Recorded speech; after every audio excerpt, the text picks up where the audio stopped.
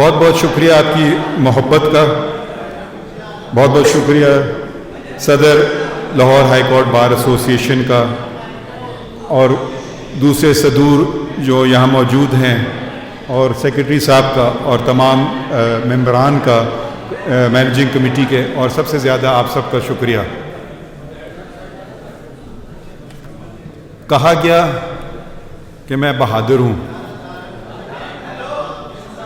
یہ کسی اور نے بھی ایک دفعہ مجھے کہا تھا، تو میں نے کہا جج کو بہادر نہیں، جج کو سب سے بڑا ڈرپوک ہونا چاہیے، اس کا ڈر ہو۔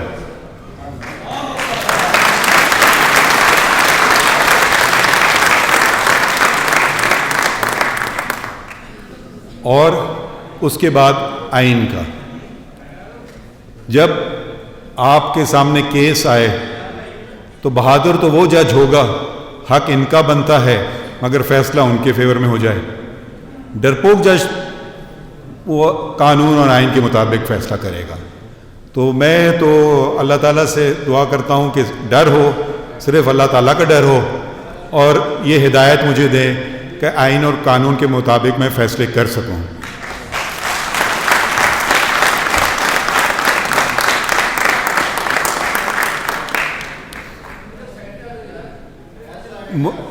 دوسری جو غلط بات کہی گئی آج کہ میں ہوپ ہوں اور میں فیوچر ہوں پاکستان کا، نہیں، آپ لوگ ہیں۔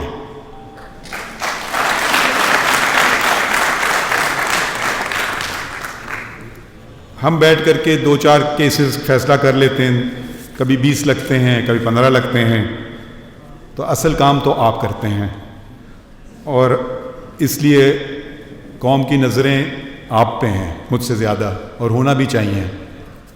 آپ ہم پہ بھی چیک رکھتے ہیں، تو آپ 2 کام کرتے ہیں۔ یہ موضوع جو مجھے دیا گیا تھا انگریزی میں پڑھ دیتا ہوں، پھر اتنا مشکل موضوع تھا، مجھے لگا کہ میں ایگزام کا پیپر آج کرنے آ رہا ہوں۔ Uplifting present judicial system to the expectations of civil society, especially the litigants۔ اب اس کا جو میں نے اردو میں ترجمہ، جو میں نے سمجھا اردو میں ہو سکتا ہے اس کا بہتر ترجمہ، وہ یہ ہے کہ لوگوں کی امنگوں اور بالخصوص سائلین کی توقعات پر پورا اترنے کے لیے موجودہ عدالتی نظام کی اصلاح کی ضرورت۔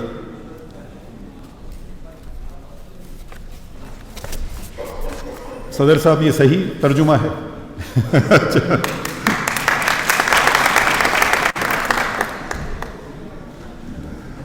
آپ کے تجویز کردہ موضوع اور اس میں پیش نظر مقصد سے کسی کو اختلاف نہیں ہو سکتا، مگر بنیادی سوال تو یہ ہے کہ آخر اس کا حل کیا ہے؟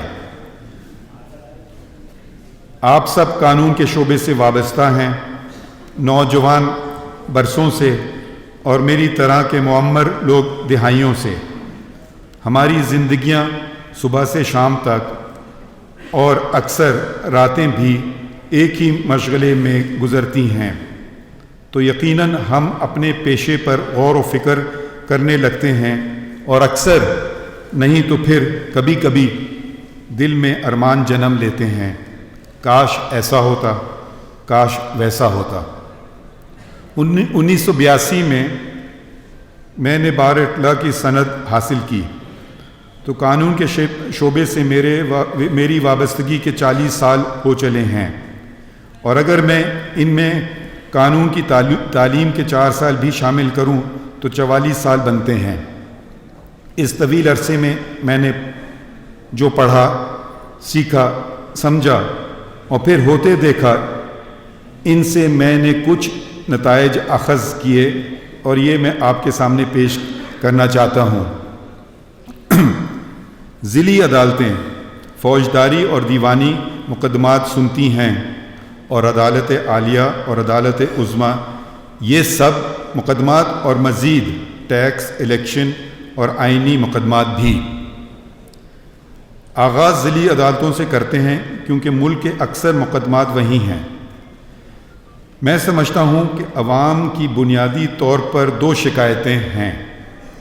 ایک یہ کہ فیصلے برسوں بعد ہوتے ہیں، اور دوسری یہ کہ انہیں یہ معلوم نہیں ہوتا کہ فیصلے کا اونٹ کس کروٹ بیٹھے گا۔ مقدمہ بازی کی ایک بڑی وجہ قانون سے ناواقفیت ہے۔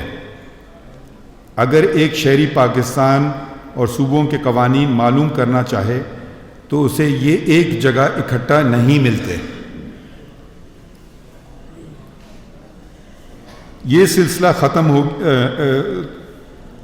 ایک وقت تھا کہ پاکستان کوڈ، شاید آپ میں سے بہت سے لوگوں نے یہ اس کتابچے کی شکل ہی نہیں دیکھی ہو، کوڈ میں ہر برس کے وفاقی قوانین شائع کیے جاتے تھے اور پھر 5 سالہ اور 10 سالہ پاکستان کوڈ میں اکٹھا کیے جاتے تھے۔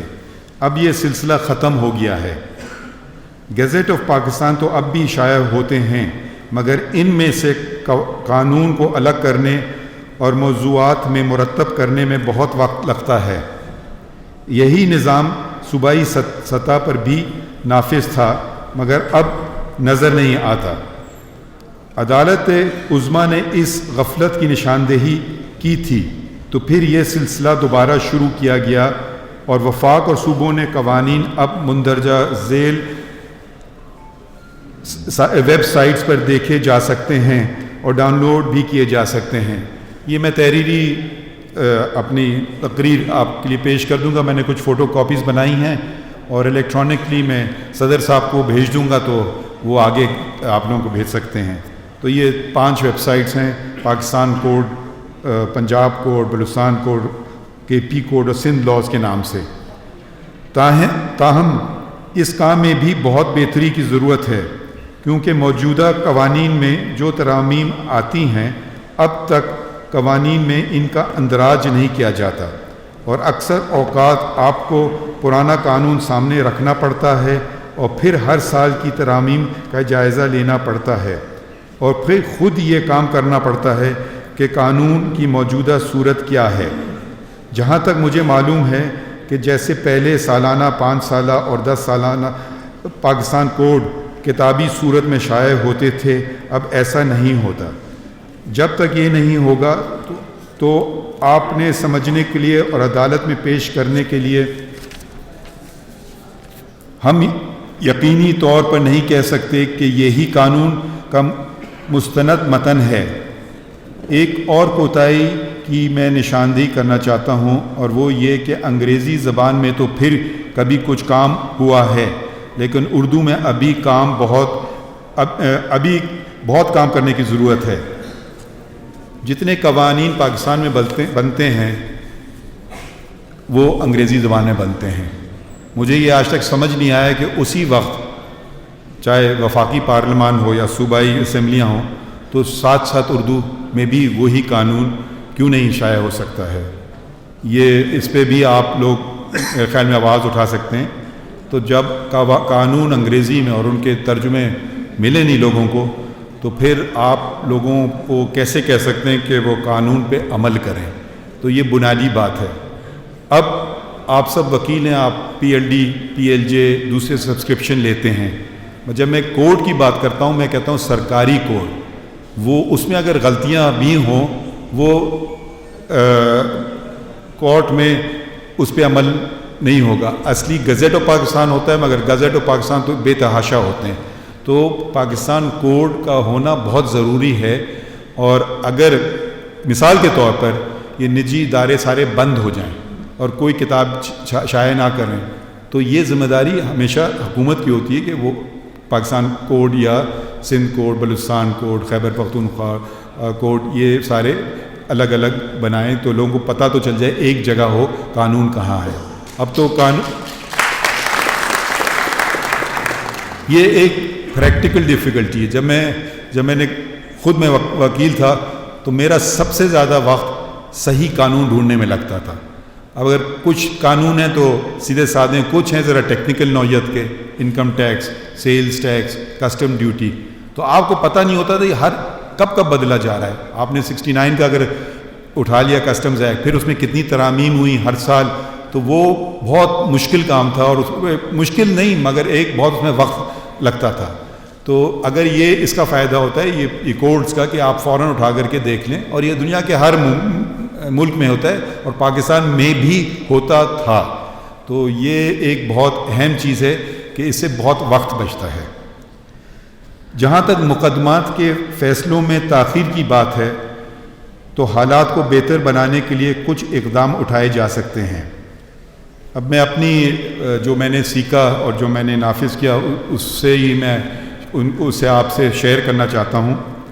بلوچستان ہائی کورٹ کے چیف جسٹس کے طور پر میں نے تاخیر کا سبب بننے والے مختلف امور کی روک تھام کی خاطر مقدمے کے آغاز کے وقت کے لیے ایک چیک لسٹ بنوائی تھی، جو انسٹیٹیوشن برانچ میں بنوائی تھی، جس میں ایسے امور متعین کیے گئے تھے جن پر عمل کر کے بعد کی تاخیر سے بچا جا سکتا ہے۔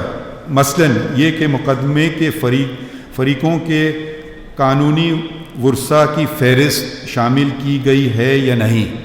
یہ سول پروسیجر کوڈ میں اور اس کا ذکر ہے، مگر اکثر ہم دیکھتے ہیں نہیں ہوتا ہے، کیونکہ کسی فریق کے مقدمہ کے فوت ہونے کی صورت میں اس وجہ سے مقدمے کی کارروائی رک جاتی ہے، یا یہ کہ مکمل پتہ دیا گیا ہے یا نہیں، کیونکہ اگر ادھورا پتہ دیا گیا ہے تو اس کی وجہ سے سروس میں تاخیر ہو جاتی ہے۔ اور پھر جیسے کہ اگر اٹارنی کے ذریعے درخواست جمع کرائی جا رہی ہے تو اس کے پاس پاور آف اٹارنی ہے یا نہیں۔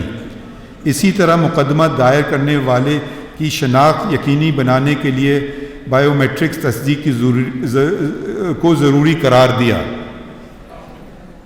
جواب دعویٰ کے لیے بھی اسی طرح کی ضروری فہرست بنائی گئی۔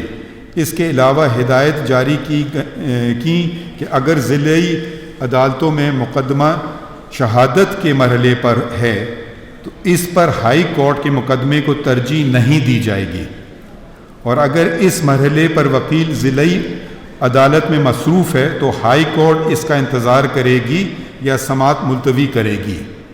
تو یہ اور یقیناً آپ اس کی وجہ سمجھ گئے، کیونکہ وکیل تو روزانہ کورٹ آتا ہے، اس کے لیے مسئلہ نہیں ہوتا ہے۔ اصل مسئلہ ہوتا ہے جو گواہان آتے ہیں، وہ روزانہ یا تو وہ تنگ آ کے چھوڑ دیں گے آنا، تو وہ متاثر ہوگا آپ کا کیس، پھر اس کو آپ سمن کروائیں یا اس کو وارنٹ ایشو کروائیں تو وہ پھر پتہ نہیں کیسی آ کے گواہی دے گا۔ تو ان کو سب سے زیادہ کہ وہ ان کو فارغ کریں جلدی سے جلدی۔ تو جب ایویڈنس کے سٹیج پہ مقدمہ لگا ہو تو ہائی کورٹ چل رہا ہے تو وہ ترجیح ادھر میں اس کو ملے گی، کیونکہ ہائی کورٹ میں کسی کا آنے کی ضرورت نہیں ہے۔ وہ دوسری بات ہے کہ آدمی خود اپنا مقدمہ کر رہا ہو۔ اب میں ایک بات کروں گا جو آپ کے لیے شاید حساس ہو، اور دوستوں میں حساس باتیں کرنا میرے خیال میں نہ صرف جائز ہے بلکہ ایک حد تک فرض بھی بنتا ہے۔ جب میں بلوچستان ہائی کورٹ کا چیف جسٹس تھا تو ہڑتال کی وجہ سے عدالت کا کام کبھی معطل نہیں ہوا۔ ہمارے تعلقات وکیلوں کے ساتھ بہت اچھے تھے اور میرے دروازے ہمیشہ کھلے رہتے تھے تاکہ اگر کوئی مسئلہ ہو تو وہ اپنے منتخب نمائندوں کے ذریعے مجھ سے آ کر بات کریں۔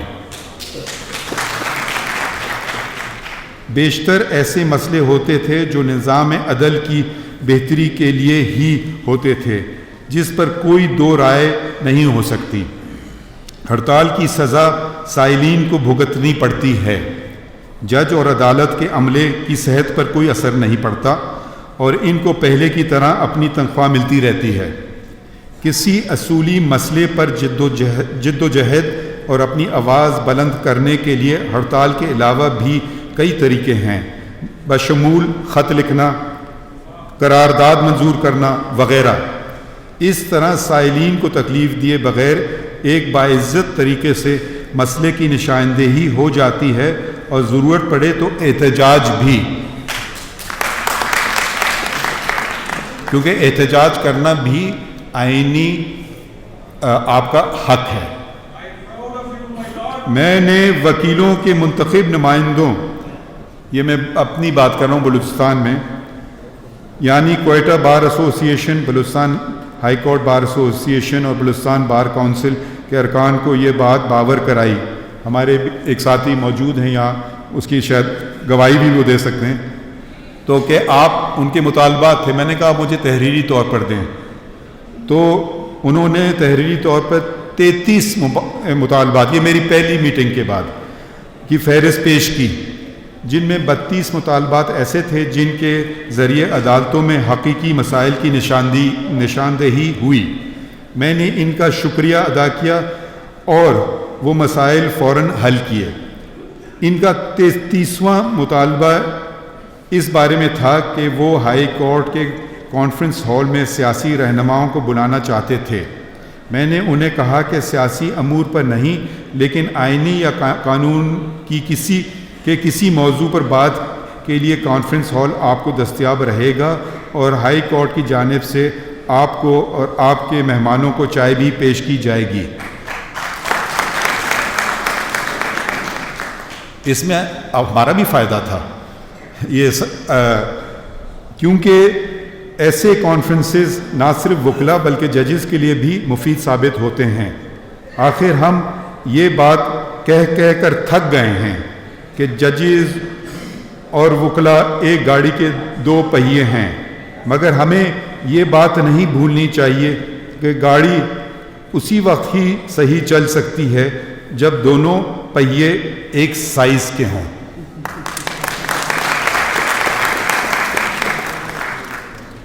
اب جب ہم گاڑیوں کی بات کی تو ذرا سے موضوع سے میں ہٹ کر بات کر لوں. ایک تو معذرت میں آپ سے کروں گا کہ فنکشن دیر سے شروع ہوا. میں ملزم نہیں ہوں اس کا.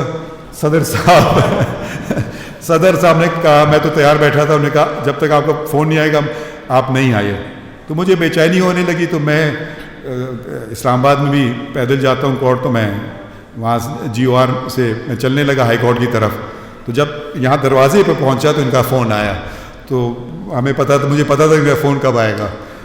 اچھا، اب اس چہل قدمی کا کچھ فائدے بھی ہوئے اور شاید آپ یہ شاید میرے خیال میں لاہور کو کہتے ہیں پاکستان کا سب سے خوبصورت شہر ہے، مگر مجھے بڑی تکلیف ہوئی. پیومنٹ جو ایک بنیادی حق ہے، کس کا؟ جس کے پاس گاڑی نہیں ہے، جس کے پاس موٹر سائیکل نہیں ہے، جس کے پاس رکشہ پہ جانے کے پیسے نہیں ہیں، جس کے پاس بس کے جانے کے پاس پیسے بھی نہیں ہیں. تو کہیں پیومنٹ تھا تو کہیں پولیس نے وہ بیریکیڈ کھڑے کیے ہوئے تھے، تو کہیں بہت بڑی شخصیت کا کوئی تھی تو آپ کو سڑک پہ جانا پڑا. پانی ہر جگہ کھڑا تھا پیومنٹ میں کئی جگہ. اور یہ میں دور دراز گاؤں کی بات نہیں کر رہا ہوں، میں مال روڈ GOR سے ہائی کورٹ تک. تو آپ ضرور کسی دن آپ لوگ یہ فیصلہ کریں کہ آج ہم سب گاڑی گھر پہ چھوڑیں گے اور پیدل آئیں گے. اس سے اور بھی 2-4 فائدے ہیں. اس کے اور 2-4 فائدے یہ ہوں گے. آپ کی صحت پہلی بات. دوسری بات، آج کل دنیا بھر میں پلیوشن، کلائمیٹ چینج کی جو باتیں ہوتی ہیں، تو یہ جو سارا پلیوشن جو گاڑی یہاں تک آتی ہے، ایک شخص کو لا کر کے یا 2 اس میں زیادہ سے زیادہ ہوتے ہیں، وکیل اکثر اکیلے آتے ہیں، تو یہ بھی ایک اچھی بات ہوگی. مگر اس سب کو بنانے کے لیے سب سے بنیادی بات، اچھا اور کیا میں نے دیکھا بڑے بڑے پوسٹرز لگے ہوئے ہیں. کس پہ؟ عوام کی اس پہ. کہیں دنیا میں آپ کو کرایہ دینا ہوتا ہے اس کے لیے. یہاں میں اب ذکر نہیں کروں گا، مگر آپ دیکھ لیجئے گا کس کس کی وہ لگے ہوئے پوسٹر. کیا کرایہ دیا؟ کیسے لگے وہ؟ یہ بات بھی دیکھیے. دوسری بات، گٹر کھلے ہوئے تھے. چلیں خیر، میرا عمر کافی ہے مگر ابھی تک اللہ کے فضل سے چل سکتا ہوں. مگر ایسے ایک شخص ایسا جھکا ہوا تھا بیچارہ سے، سڑک یہاں، پیومنٹ یہاں، پھر اس کو واپس ادھر اترنا ہے. تو اس کے لیے ممکن ہی نہیں تھا، تو وہ سڑک پہ چل رہا ہے. ہر جگہ پانی کھڑا ہوا تھا، کوئی وہ نہیں ہے. مگر جہاں پھر میں نے دیکھے ایک صاحب کے، میں نام نہیں لینا چاہتا ہوں کیونکہ میں سیاسی بات نہیں کرنا چاہتا ہوں، ان کا گیٹ تھا یہاں سے لے کر شاید اس کھڑکی تک. ہمیں عوام سے ڈرنا نہیں چاہیے. مسئلے حل ہوں گے جب عوام میں رہیں. اور اگر یہ گاڑیاں فوں فاں ٹوں ٹاں یہ سائرن اب دنیا بھر میں اب ایسے ممالک بھی ہیں جہاں کے ایئرپورٹ پہ بھی وہ اناؤنسمنٹ نہیں کرتے ہیں, وہ کہتے ہیں نوائز پولیوشن. تو اگر آپ جتنی دفعہ وہ سائرن جاتے ہیں اہم شخصیات کے, میں ان میں سے نہیں ہوں, تو وہ کانوں پہ کیا گزرتی ہے, کیوں ان کو فوقیت ملتی ہے دوسروں پر, کیوں وہ پہلے پہنچیں, مجھے نہیں سمجھ آتا ہے. جب تک ہم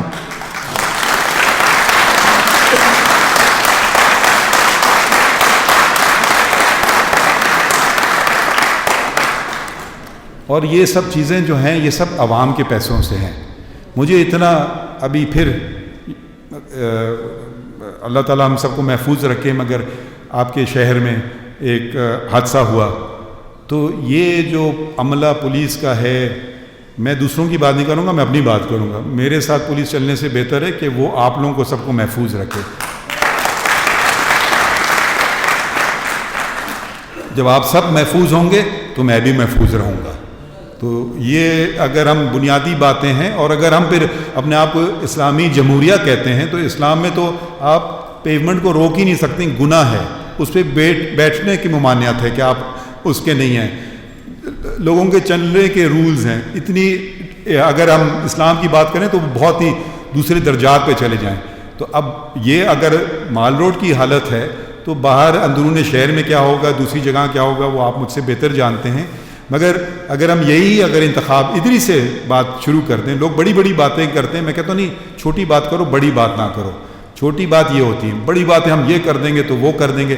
آپ بس, آپ سے میں ایک صدر صاحب سے پتہ نہیں برا نہ مانیں اور آپ لوگ برا نہ مانیں, ایک دن آپ اپنے لیے کیا کہتے ہیں انگریزی میں کار فری ڈے رکھیے کہ آج ہم جائیں گے, پیدل جائیں گے یا پبلک ٹرانسپورٹ سے آئیں گے کورٹ. تو اس سے آپ کو جو ہمدردی بھی لوگوں میں بڑھے گی کہ وہ ان پہ کیا گزرتی ہے روزانہ. اور آپ ایک دفعہ کریں گے تو میں آپ کو یقین دلاتا ہوں, اگر آپ بہت دور رہتے ہیں تو دوسری بات ہے, مگر آپ کی صحت بہتر ہونے لگے گی. جی اب واپس موضوع پہ, سوری, میں نے وکیلوں کے منتخب نمائندوں, یہ تو میں نے بات کر لی تھی, صحیح. ایک اور بات جس کی میں نشاندہی آپ جیسے دانشوروں کو کرنی چاہیے, اور اس سے مقدمات کافی کم ہو سکتے ہیں, وہ یہ کہ مسئلے کی جڑ تک جائیں. پنجاب کے دیوانی مقدمات کی اکثریت کا تعلق زمین سے متعلق تنازعات سے ہے. یہ میں اپنی جو سپریم کورٹ میں آتے ہیں وہ اس قسم کے مقدمات آتے ہیں. اگر آپ پوچھیں پرسنٹیج میں تو سب سے زیادہ یہی ہوتے ہیں, جو اکثر ریکارڈ میں ریونیو افسران کی جانب سے غلط اندراج کی وجہ سے یا بے پرواہی سے ہوتے ہیں. اگر یہ نظام درست ہو جائے تو بہت سارے تنازعات پیدا ہی نہیں ہوں گے. دوسرے ممالک میں اس قسم کے مقدمات شاذ و نادر ہی ہوتے ہیں, کیونکہ جائیداد کے ریکارڈ کا تقدس کو برقرار رکھا جاتا ہے.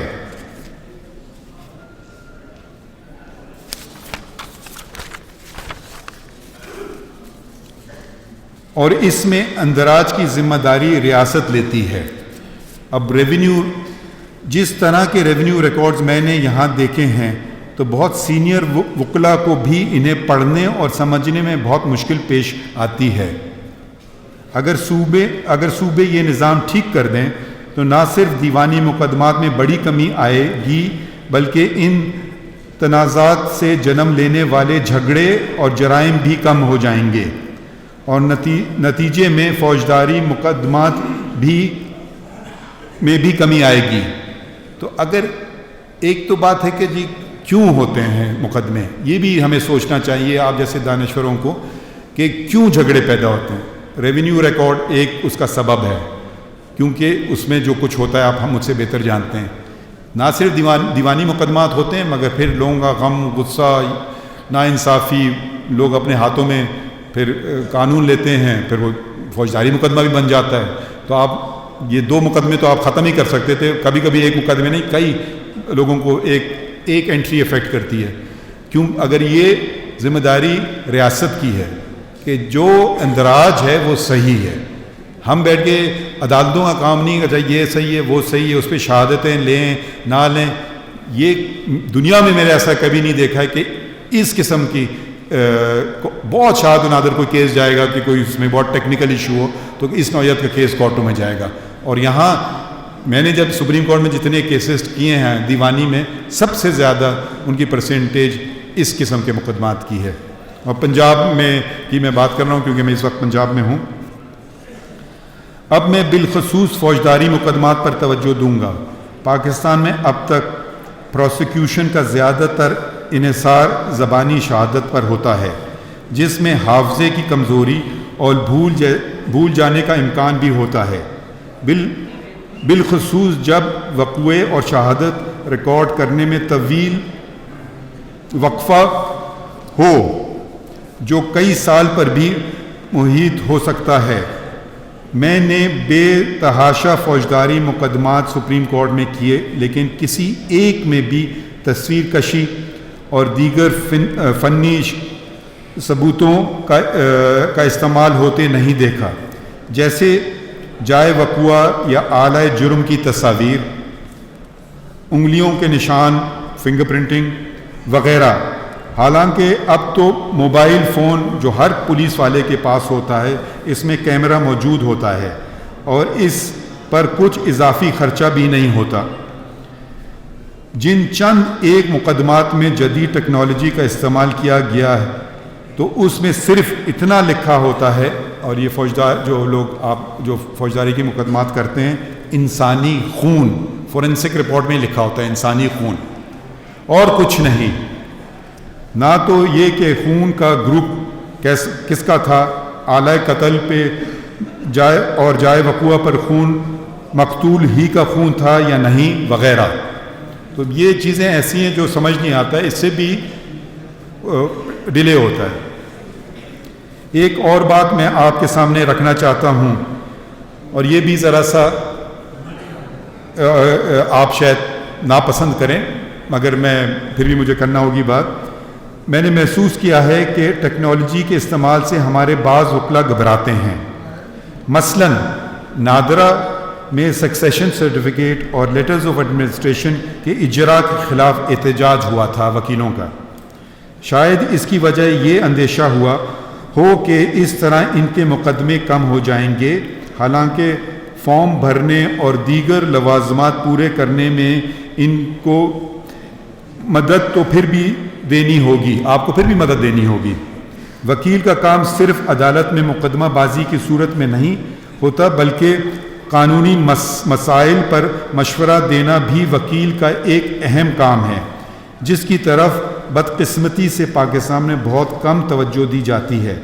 میں کارپوریٹ سیکٹر کی بات نہیں کر رہا.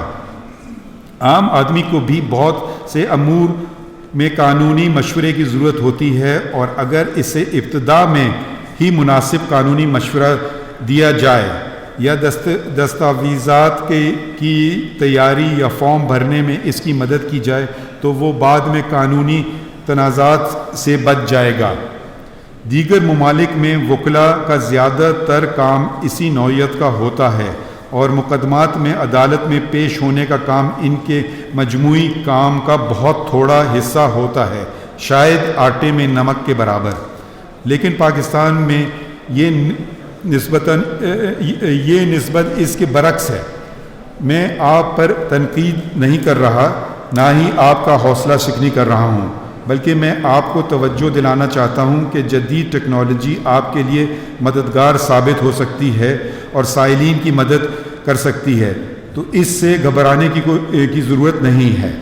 قانونی مشورہ لکھنے یعنی اوپینین رائٹنگ یا کنوینسنگ جیسے گفٹ ڈیڈ بنانا، سیل ڈیڈ بنانا، اگریمنٹ ٹو سیل بنانا، پرومسری نوٹ بنانا، لیز ڈیڈ بنانا وغیرہ لکھنے کا ہنر بہت اہم ہے، لیکن لاء کالجز میں ان مضامین پر شاید ہی توجہ دی جاتی ہے اور طلبہ کو یہ ہنر نہیں سکھایا جاتا. تو یہ بہت ضروری ہے کہ وکیل لوگوں کی تعداد بڑھ رہی ہے، مگر اس سے آپ کا کام بھی بڑھے گا اور لوگوں کے مسائل بھی کم ہوں گے، اور جو پریشر ہے کورٹس پہ وہ بھی کم ہوگا. تو اس میں سب کا بھلا ہے اور کسی کا نقصان نہیں ہے. اچھا، اب میں نے پڑھنے لکھنے کی اوپینین رائٹنگ کی تو بات کر دی. اس قسم کے پڑھنے یا لکھنے کے عمل سے نقصان بھی ہوتا ہے. میں آپ کو بتاتا ہوں نقصان کیا ہے. جیسے میں ادھر آتا 2-4 باتیں زبانی کلامی کر کے چلا جاتا آپ سے، لیکن اب میں نے یہ سب لکھ دیا ہے تو کل آپ اسے میرے خلاف بھی استعمال کر سکتے ہیں. وہ حسن کتنے ہیں؟ حسن کاپیز آپ دے دیں صدر صاحب کو، وہ کچھ ڈسٹریبیوٹ کر دیجئے. تو میں اپنے آپ کو بھی اکاؤنٹیبل کر رہا ہوں کہ آپ کہیں گے کل آپ نے یہ بات کی تھی.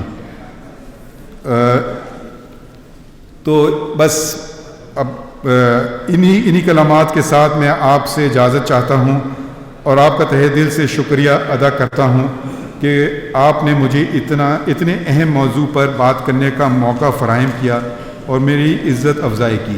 مگر جاتے جاتے میں 2 باتیں اور کر دوں، اور وہ مناسب نہیں ہوگا کہ میں نہ کروں، کیونکہ مجھ سے پہلے مقررین نے ان کی بات کی. پہلی بات انہوں نے بات کی انرولمنٹ کمیٹی کی. تو اگر آپ ذرا 2 منٹ اگر آپ سنیں، یہ آپ کے فائدے کی بات ہے. انرولمنٹ کمیٹی شاید 25 اکتوبر کو مجھے اس کا چیئرمین چیف جسٹس نے اپوائنٹ کیا. تو enrolment committee Pakistan bar council کی ایڈوکیٹ سپریم کورٹ بننے کی انرولمنٹ کمیٹی، جس پہ 2 اور ممبران ہوتے ہیں. اس وقت اعظم نذیر طاہر صاحب ہیں اور قلب حسن صاحب ہیں. تو میں نے کبھی یہ کام پہلے ہی نہیں کیا، تو ان کی رہنمائی میں نے حاصل کی. اور انہوں نے پہلی میٹنگ میں نے کال کی تو انہوں نے کہا ہم آپ کے چیمبر کب آئیں؟ تو میں نے کہا آپ میرے چیمبر کیوں آئیں گے؟ کہتے ہیں انرولمنٹ کمیٹی کی میٹنگ کے لیے. میں نے کہا کس کی انرولمنٹ کمیٹی؟ کہتے ہیں پاکستان بار کونسل کی. تو میں نے کہا تو مجھے آپ کے پاس آنا چاہیے، آپ میرے پاس کیوں آئیں؟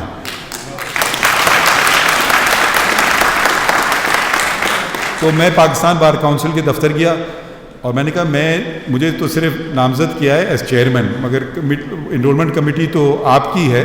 تو وہاں بیٹھے اور فیصلے ہوئے. انہوں نے کہا جی بہت سارے پینڈنگ کیسز ہیں، کب کریں؟ تو میں نے کہا پہلے کیسے ہوتا تھا؟ انہوں نے کہا وہ جی چیمبر میں بلاتے تھے. میں نے کہا کب؟ کہتے ہیں جب کورٹ کے ٹائم کے بعد. تو میں نے کہا اس وقت تک تو میری حالت خراب ہو جاتی، میں کچھ نہیں کر سکوں گا. میں نے کہا پھر کیا کریں؟ میں نے کہا دن رکھتے ہیں 2 دن، جمعہ اور ہفتہ. تو نے کہا جی بالکل ٹھیک ہے. تو میں نے کہا کب کہاں کریں؟ تو یہاں آپ ذرا آپ کچھ پھینکے گا نہیں میری طرف. آپ کے ساتھ ان میں سے ممبران نے کہا جی لاہور میں کرتے ہیں، بہت پینڈنسی ہے. میں نے کہا جی آپ لاہور کے ہیں، انگلیاں اٹھیں گی. پھر دوسرے ساتھی نے کہا کہ جی راولپنڈی میں اور اسلام آباد میں بہت پینڈنسی. میں نے کہا اب آپ وہاں کے انگلیاں اٹھیں گی اور میں کوئٹہ کا ہوں، انگلیاں اٹھیں گی. ہم وہاں سے شروع کرتے ہیں جہاں کے ہم تینوں نہیں ہیں. تو یہ فیصلہ ہوا کہ کراچی پہلے جائیں گے. کراچی ہم ہو آئے. اس کے بعد یہ فیصلہ ہوا کہ پشاور جائیں گے. پشاور میں جتنے اپلیکیشنز تھے وہ 0 ہو گئے. اور اس کے بعد ہم لاہور جائیں گے. اور لاہور ہم آ چکے ہوتے، مگر شاید کچھ قلب حسن صاحب کی طبیعت ٹھیک نہیں تھی، تو بس آنے ہی والے ہیں جلد. اب لاہور اور دوسری بات میں بتانا چاہتا ہوں کہ 2 قسم کی اپلیکیشنز ہیں. ایک وہ جو پہلے ڈیفرڈ ہو گئے ہیں اور دوسرے نئے جو پینڈنگ ہیں.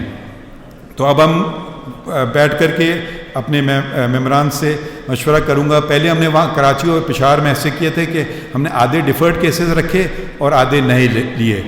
تو اور ہمارے پاس کوئی وہ نہیں ہے. صدر صاحب نے بات کی first in first out rule ہے، سمپل. جس کی پرانی درخواست ہے اس کو پہلے بلایا جائے گا، اور جس کی نئی درخواست ہے اگر وہ اس دفعہ نہیں ہو سکا تو اگلی دفعہ ہوگا. یہ سسٹم ہے. اور میں اب ذرا سا آپ کو کہتے ہیں نا تھوڑا سا آدھا پیپر آؤٹ کر دیتا ہوں. وہ یہ بات ہے کہ اب کیونکہ اتنے اب اسپیشلائزیشن ہو گیا ہے. بہت سارے آپ میں ہیں جو صرف فوجداری مقدمے کرتے ہیں، بہت سارے صرف شاید دیوانی کرتے ہیں، بہت سارے صرف انکم ٹیکس کرتے ہیں، بہت سارے صرف سروسز میٹر کرتے ہیں. تو میں تو ہمیشہ پوچھتا ہوں جو بھی ممبر آتا ہے کہ آپ کی فیلڈ کیا ہے. یقیناً آپ کو پتہ ہے فوجداری اگر آپ مقدمے کرتے ہیں تو کوئی آپ کے پاس سوٹ فائل کرنے تو لائے گا نہیں، اور اسی طرح سے وائس ورثا. تو میں اسی کوشش کرتا ہوں اسی سبجیکٹ میں ان سے سوالات پوچھوں. تو اب کسی نے کرمنل لائر ہے اس سے میں سوٹ فائل کریں سیکشن 8 اور سیکشن 9 کیا ہوتا ہے، تو وہ تو بس ایسی بات ہے کہ اس کو فیل ہی کرنے والی بات ہو جائے گی. تو بس یہ میں وضاحت کرنا چاہ رہا تھا. اور جہاں تک خواتین کی بات ہے میں اس پہ بھی ذرا سی بات کر دوں. کنرانی صاحب اس بات کی گواہ دیں گے کہ بلوچستان میں پہلی ہائی کورٹ جج کو نامنیٹ میں نے کیا تھا, مسز جسٹس طاہرہ صفدر, اور وہ پھر چیف جسٹس بھی بنی. تو مگر میں اس وقت JCB کا ممبر نہیں تھا, اور کیوں نہیں کنسیڈر کی گئیں فار ایلیویشن مجھے نہیں پتہ. جو میں اپنی ذاتی بات کر رہا ہوں, لبنہ پرویز صاحبہ اسلام آباد ہائی کورٹ میں خاتون جج تھیں. میں نے سپورٹ کیا ان کو, مگر وہ کنفرم نہیں ہوئیں. آپ کے صوبے میں فخر النساء کھوکر صاحبہ شاید سینئر پیونی جج تھیں. میں اس وقت وکالت کرتا تھا. میں نے آرٹیکل لکھا کہ وہ سینیورٹی میں ان کا حق بنتا ہے. سندھ میں رخسانہ احمد صاحبہ تھیں, وہ ان کو کنفرم نہیں ہوا. تو یہ آپ نہ سمجھیں کہ میں اس کے خلاف ہوں, مگر کچھ اصول بھی ہونا چاہیے ہیں. مگر یقیناً میجورٹی مجھ سے شاید بہتر سمجھتی اور جانتی ہیں.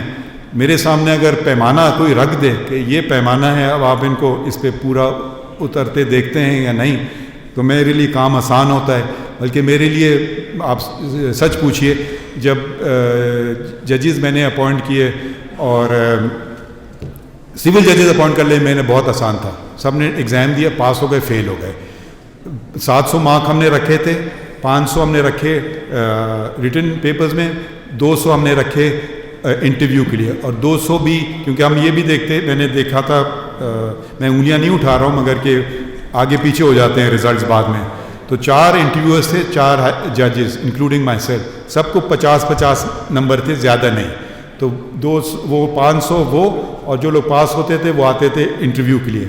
جہاں تک میرے خیال میں میرے لیے بہت مشکل کام تھا. اگر آپ پوچھیں سب سے مشکل کام میں نے بلوچستان میں کیا کون سا کیا, میں آپ کو یہ کہوں گا کہ جج اپوائنٹ کرنا. یہ سب سے میرے لیے مشکل کام تھا, کیونکہ میں بلکہ اپنے دوستوں کو کہا, میں نے کہا کاش میں ان سے ٹیسٹ لے سکتا. جب سول جج کے لیے ہو سکتا ہے اور ایڈیشنل جج کے لیے ہو سکتا ہے, تو پتہ نہیں کیوں دوسروں کے لیے کیوں نہیں ہو سکتا ہے. تو آپ کا تہہ دل سے میں بہت بہت شکریہ کر رہا ہوں صدر صاحب آپ کا, کہ آپ نے اس ناچیز کو یاد کیا. اور میں آپ سے ہمیشہ سیکھ کر جاتا ہوں, پتہ نہیں آپ مجھ سے کچھ سیکھے یا نہیں. اور مجھے ابھی اس سے پہلے کہ میں پوڈیم چھوڑوں تو مجھے ذرا حکم کی شکریہ.